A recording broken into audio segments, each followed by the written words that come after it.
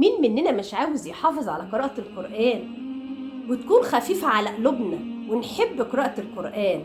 وخصوصا ان احنا داخلين على الشهر الكريم، الشهر المبارك، شهر رمضان، وأحب عمل من الأعمال هي قراءة القرآن. وإن شاء الله بإذن الله تعالى ربنا يبلغنا رمضان لا فاقدين ولا مفقودين. كل عام وأنتم بخير. فهنقول دعاء، بس الدعاء ده دعاء جميل، دعاء حلو، لو دعينا بيه رب العالمين إن شاء الله هيحبب إلى قلوبنا القرآن، وهيحبب إلى قلوبنا قراية القرآن. فإن شاء الله نحافظ على الدعاء ده، لأن مش كده وبس، بقراءة القرآن هيشيل عنا الهم وهيشيل عنا الحزن. مين عندنا ما عندهوش هم ولا حزن؟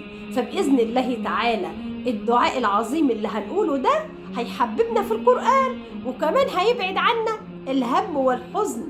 يلا بينا نرفع ايدينا لرب العالمين. بس الدعاء ده هنتوضى ونصلي ركعتين بدون الفريضة، وبعد ما نصلي الركعتين نقول الدعاء ده إن شاء الله. إن شاء الله دعاء كريم، دعاء عظيم عند رب العالمين، هيستجب لنا بإذن الله تعالى ويحببنا في القرآن ويبعد عنا الهم والحزن إن شاء الله.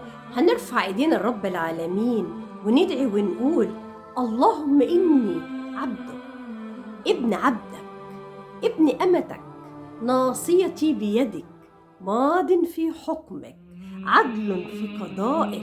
أسألك بكل اسم هو لك، سميت به نفسك أو أنزلته في كتابك أو علمته أحدا من خلقك أو استأثرت به في علم الغيب عندك، أن تجعل القرآن ربيع قلبي ونور صدري وجلاء حزني وذهاب همي.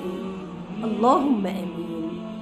إن شاء الله بإذن الله هيحببنا في قراءة القرآن ويبعد عنا الهم ويبعد عنا الحزن. وما ننساش نصلي على نبي الله في الكومنت.